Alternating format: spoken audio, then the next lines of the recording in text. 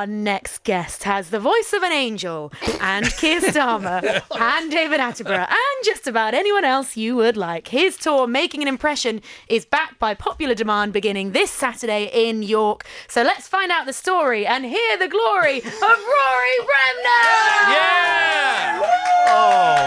Bring it on, Rory. Other something Rory phrases are available, especially, it seems, during the Ryder Cup. I know, yes. Oh, that was traumatic. The whole For you, weekend. it was? Oh, absolutely. There was American fans saying all things about Rory, and it wasn't very complimentary, so I could hardly watch. Can you do Rory? No, well, I just go generic Irish for that. Well, I didn't like the way that they were talking. No, I don't do Rory. You straight away gone to one I don't do. Oh no, sorry. Don't worry, I'm joking. By the way, you do so many people. So it's back. You're back. Making an Impression is back. And if you want to go and see Rory, you will have a great night out. I mean, guaranteed. Fane.co.uk/Rory-Bremner. It's not the sort of. It's not the most concise URL out there, but it's out there. Just go to Making an Impression. Or just go to Rory Bremner on tour. How do I get there, please? Thank you. That's it.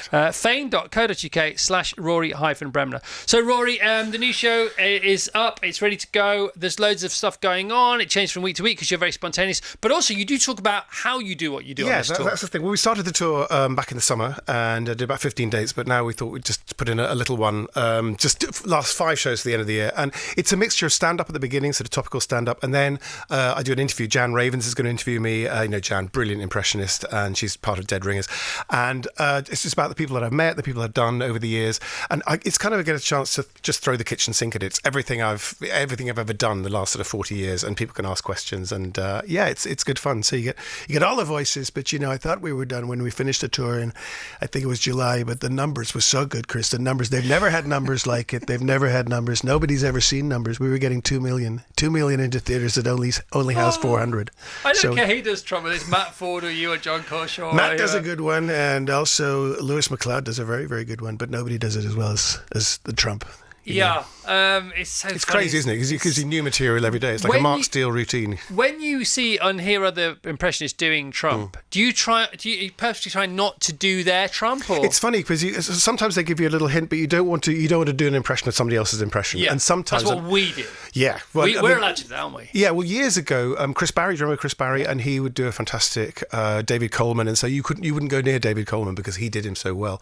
So, and sometimes somebody you just can't get. And you hear another impressionist, you think, oh, they've spotted it there. I mean, it took me years to do Noel Edmonds, for example, and then I watched on Deal or No Deal. It was, there's a little crackle in the voice. Oh, Jeopardy, the banker, £50,000, and it's you can get that little tremor, and that sort of puts you in. And some voices change. When David Attenborough started out, it was very open, and now it's got much more close and a bit more sibilant, and voices change over the years. Do you just get a round of applause the whole time when you're on tour for all these different things? Yeah, well, I don't know how many voices there are in the show, but I kind of talk a little bit about how you do impressions, and like some of them are combinations. You've got Tony Blair, who's sort of come back, recently, and he's going to be looking after Gaza, going to do a great job there.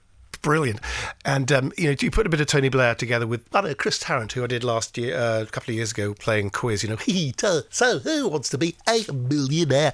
And he would tease me the whole time. He'd say, it's nothing like me. Who are you being? I'd never say T and I'd never say he. So you put Tony Blair... He's slightly Australian. It's kind of those adenoidal. So you put Tony Blair and Chris Tarrant together and you get Ed Miliband. It's really strange. And then you're on the way to Keir Starmer, right? Because he's getting very nasally. Keir Starmer, it's just very it's just dull, Keir Starmer, isn't it? It's going to get worse before it gets better. We owe it to the country. We're setting out a vision for the country in the style of a man explaining to a doctor the symptoms of his ongoing constipation. It's just a maze in my head. That reminds me of the guy who used to do Weekend World. Oh, God, who was Brian? that? Oh, Brian Walden, yes, who, strangely enough, sounds like Roy Hodgson. He does, actually. Voices do spill into each other, yeah. The fact you just plucked that from the realms. There's too many voices in my head. It's so cool, man. It's so cool. Stop. First ever impression? Oh God! Oh, it was a French teacher, Derek Swift, who spoke in a very sort of Yorkshire accent. First sort of public impression was Bill McLaren, of course, the Scottish rugby commentator, because I was brought up in Edinburgh. So, or Billy Connolly, because I was brought up listening to that, and he's such a wonderful character, and he's changed over the years as well. Oh my gosh, who does it's that a sound great, like? wonderful that thing. That sounds a bit like Sir Ian McKellen as well. No, Ian McKellen is much more, goes a bit like that. A little bit deeper. Lewis does a wonderful Ian McKellen, but actually Billy Connolly, if you slow it down a bit, sounds like Neil Oliver, who did Coast. And then you get to Johnny Vegas. Are you on a bet for how many voices you can get out of me in 10 minutes? Rory, we can't get enough of you, man. It's the best advert for your tour to get bums on seats. Rory is touring 5 gigs before Christmas, this side of Christmas. Saturday the 25th of October in York at the Grand Opera House. Sunday the 2nd of November, Worthing, the Assembly Hall. Tuesday the 11th of November, Swindon, Wyvern Theatre. Sunday the 16th of November, Richmond, the Richmond Theatre. And Friday the 28th of November, Poole at the Lighthouse Theatre. I just want to go to those places and hang out, have a bit of lunch, walk around the Christmas markets, go and see you. It's perfect, isn't it? Why not? It's a great. Do you think the leaders, the public-facing figures, have had a meeting to make your life easier? Oh no! It's part of my job to make politicians look more ridiculous than they already are. And you think, honestly, no idea how hard that is, because I take Boris for example. A man who literally brushes his hair with a balloon, has a moral compass that points due south. I think it's interesting because it's harder for satire because the characters, the leaders, are so self-evidently ridiculous. So you can't sort of top how stupid they are. And also there's a shamelessness about them as well. So Donald Trump, it's just so shameless, and Boris, the same thing. So it just bounces off them. So this is not the most satirical tour I've ever done. I think it's about making people happy, because I think it's you've got as much topical material as you have stories about people that you've met. So or people who react to your impression. David Cameron, for example, he came up. I was doing a festival last year at the Wilderness, in the Cotswolds, and he turned up at a party. He said, "I don't think you can do me. I don't think you do me very well. I don't think you can do me at all." So I thought, right, well, we'll have you then. And his wife was in a group of people with her back to us. And so I said to Cameron, I said, tell me something about you that only your wife would know. He said, well, I have got rather a bad back. So I go up, she's got her back to us, and I go up behind her and I say, darling, can we go home? My back's giving me so much jip. And she said, David, for heaven's sake. She turned around and there I was. And I thought, there's one way to show you. I think I can do you. But that is such a good David Cameron impression, isn't it? Well, I know, I just about got on top of it, then he resigned. So this is the thing, you just get on top of a character and then they go. But, and the voices now, they are signature voices. A lot of them are, aren't they? They're pretty much. And is it me, or do they seem to attract more, or they're stickier from a PR point of view if they have these signature voices than if they don't? What do you mean in what sense? Because they are signature voices. Like Farage has almost like a cartoon voice. Boris Johnson has almost like a cartoon. Yes. Trump almost has a cartoon voice. I think that helps them because it breaks through and people recognise who they are. Yes, exactly. I think when there's a whole cabinet of people like Jonathan Reynolds, I don't know what he sounds like. Yeah. Jeremy Hunt, I don't think his wife knows what Jeremy Hunt sounds like. These sort of voices. So you are dependent as an impressionist to some extent. The big ones. Farage, who can't get to the end of a sentence without laughing. You could say to him, I'm so sorry about your wife's death. Well, these things do happen, don't they? You imagine if Farage was Prime Minister and he'd be saying, well, of course, our thoughts do go out to the victims of this appalling disaster. I shouldn't laugh, I really shouldn't.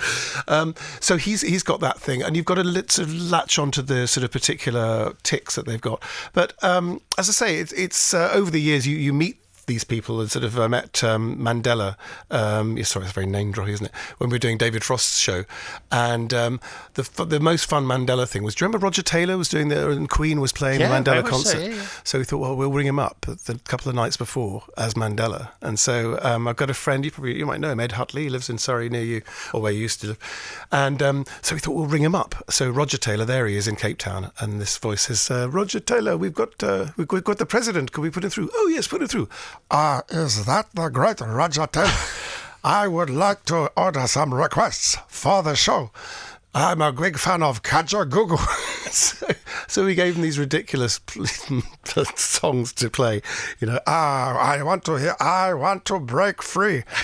And he said, yeah, well, we'll play we'll play those. And then we sort of rang him up 2 minutes later and said, did you just get a call from Nelson Mandela?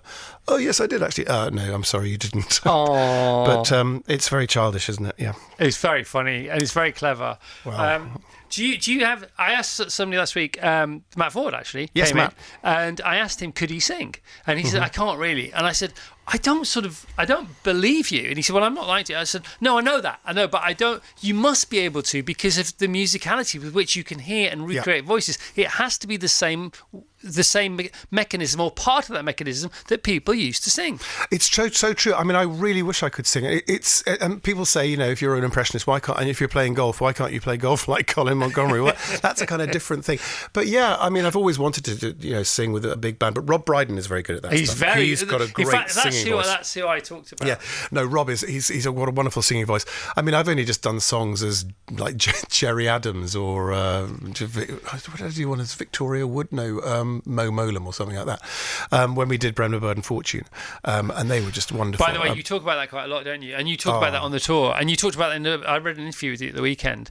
Just for people who don't know what that was that program was so good. It was too good for me to be able to cope with. I was watching going, this is so clever. Because it was really hard and heavy hitting, but in such a gentle kind of surreptitious way. Well, we were very lucky. We had a great team, and of course John Bird and John Fortune. I mean, John Bird was just, he was an absolute diamond. He was just such a... What was it for people who don't know? It was, what was the thing? What was the show? Just intelligence and ability to find the satire, to find what the trick was. And the premise was that research. There was a political interviewer and a politician being interviewed, but you weren't specifically anybody. It was just the way you were answering and that was the brilliance of it, because I was doing the sort of the ad hominem stuff, when I was doing particular people and sending up politicians, but they went they had a different layer. They actually they were talking about captains of industry or these sort of public figures who, do you remember during the privatisation and stuff in the sort of 90s, they made huge sort of cock-ups, tremendous failure, and then they got rewarded. They were sacked and given a massive, like football managers, given millions of pounds. And John Bird was doing was character, and he was sort of saying, and John Fortune would say, so you're being rewarded for failure. He said, no, we're rewarded for success, and we're compensated for failure. And he had that way of they were into all that sort of double speak, and they did one now. If you go and look at a Bird and Fortune, just type that in, Bird Fortune, and their sketches still stand the test of times. There was one they did about the Eurosceptics, and John Bird was playing a Eurosceptic MP, and John Fortune says, don't you think you might be accused of being xenophobic? He said, well, no, I don't think I'm xenophobic at all, because for one thing, xenophobic is a Greek word, and I detest the Greeks. And he just went on and on, and they had great research. I mean, we found out during the Iraq War that not only were we arming Saddam Hussein, but we were lending him the money to buy the arms with under something called the Export Credit Guarantee. As part of research for an entertainment show? Yeah. Wow. They did so much research. They did, and we did. I mean, between Iraq and A Hard Place, which was probably one of the best things, I think, looking back. But, I mean, it was a really good show. I think I was really, really proud of that. But the research that went into that, and they went right back to the 1920s and Iraq and the history, and they just did it beautifully. And I just did the voices all around it. You seem to be getting younger. You seem so well. Just you look moisturiser. so well. Thank you. Any hacks for the rest of us? Please. Just buy a lot of moisturiser. By the way, that does work. And stress keeps the weight off as well. That's very good. No, come on. But yeah, I thought don't you go off on a treadmill halfway through the programme or something? No, I do a little 7-minute workout during. Well, there you go. You see, I feel great, but you look particularly. Oh well, they just say it's lifestyle, and also if you're a bloke, check out the heart, the colon, and the prostate, and check them out. Those are the big three. Give us the lifestyle hacks. Come on. The lifestyle hacks. Well, Do you sleep well? No, I don't actually. No, I'm kind of. I don't have any particular life hack. I just keep moving, keep running. Right. What about meals? Just watch what you eat. Yeah, a little bit of that. I could do that as Keith Floyd, couldn't I? You can't drink too much. I mean, it's very important. Don't actually knock back that bottle of Pouilly anymore. Actually go for a little bit of tap water. Why not? Or Ainsley Harriott would go, "Oh yeah, don't go for the big food. What we're going to cook today? We're going to go for the processed bacon." No, I've got no hacks at all. I'm afraid just keep. You don't need I any was hacks. told though Come by on. a doctor on a cruise ship, and he said, mate, the heart, the colon, the prostate, and he said, and it's lifestyle. But Were you working on the cruise ship? I was. It's been good fun actually. David Frost used to do those. Didn't Yeah, he? until he died on one. Yes, Did you ever work with him? Oh no, yeah, yes. Oh, I did many years with David Frost. I mean, he was extraordinary. He had these great parties, and he would say, oh, come on, Rory, come and meet. And everyone was there. He said, come and meet the Pinochets. So what?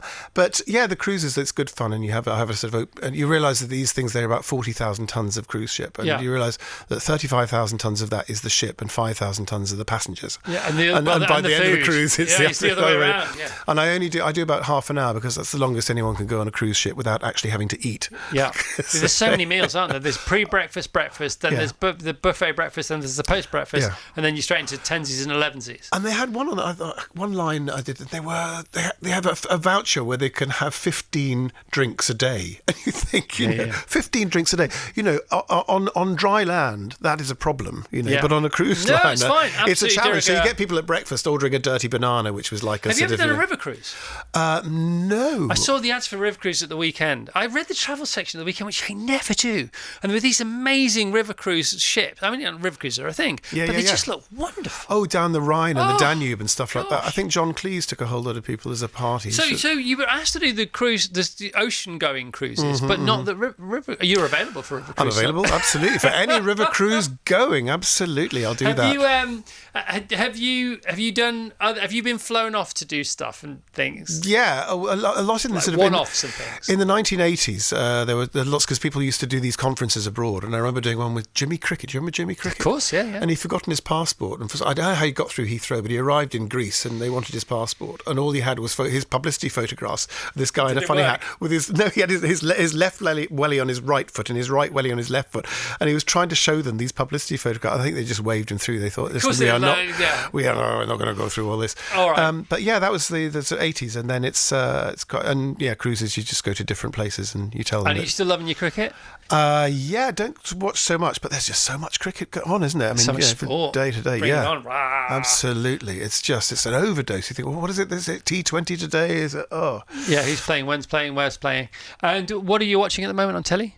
I've been watching Slow Horses. Been watching. What did I watch the other day? Was it not the Recruit? The Girlfriend. Yeah, they're all watching that. You watching that? All these box set stuff. Yeah, that's good, and it's sort of very psychological, brilliant stuff. Is it Apples Never Fall? Have you seen that one with Annette Bening? Yeah. There's so I much, haven't seen it. I've heard and about then it. of course there was Succession. So it's those box sets I keep. Okay, going. do you have a Brian Cox in you? But do you have both Brian Coxes? You've just said I can't swear. Oh yeah. Brian Cox, it's that trademark. He's coming in soon. He's coming in. He doesn't need to come into the studio. You can hear him from a long way away, and he'll tell you about Scottish independence and things like that. But so tour. What else? Tour, and then I'm doing an audiobook I'm narrating an audiobook. Have you ever done those? Yes, I was under the Heathrow flight path. It took forever. Doesn't it? Take hours, and you're just in a studio for 7 hours, literally at airlock. So I'm doing some of those and the tour, and a cruise in the new year, and all sorts of bits and pieces. But it's quite fun because you can tell people that they've got the best captain, and he's working from home this week. Rob Brydon said to me, both on air and off air, that he only does impersonations of people that he likes. Oh, that's interesting. Clearly, I would imagine that's not the case with you. I'm not a great fan of Trump, let me tell you. Yeah, I was going to say. Who do you like most that you do? Oh, that's an interesting one. I enjoy Geoffrey Boycott. That was one I used to enjoy doing. Let me think. So characters that of course, David Attenborough. And I do a thing on the show where it's David Attenborough's outtakes. It's, our cameras have now reached the very bottom of the ocean. In hindsight, we should have tied them more securely to the boat. So there's him, and there's Geldof, who just gets a moment in there, but I can't do it because there's too much swearing. It's too good, isn't it? It's too good. I can't do that impression, Chris, because there's just so much freaking swearing. Oh my gosh. So yeah, those are the fun ones. I'm just trying to think of more that I do. And you famously did Thatcher, didn't you? Stephen Allen did Thatcher. He was the one who did. I came in with John Major, after that. Right. And we did some hoax calls with John Major, which sort of went spectacularly. I didn't realise the person we phoned up was actually planning a rebellion against John Major, but because he'd got a call from John Major, in fact it was us, he called off his rebellion. No way! Yeah, so I mean, you think you're being satirical. Does John Major know that? Yes, he does. It's in his book. He said he says some wag. That's you. He said yes, that was us. Well, because they got word that somebody was ringing up his MPs, being him, and he said, "Well, we better get to the bottom of this," because he could ring up Ken Clarke and find out about the budget. So that was fun. But that's what sort of comes out in the tour. It's the stories of the people that I've met and the people that I've kind of done, and but also, as I say, some topical stand up, because there's a lot happening, and Trump just comes out with new stuff every day. You just wonder what Barack Obama makes. Are you on Trump Watch? You're on permanent Trump Watch? I'm on Trump Watch. You think Barack Obama would say, we have gone, Chris, we have gone from yes we can to oh my God, he just did. Yeah. So we're in a whole new era. So we didn't get Graham Norton or Des Lynam.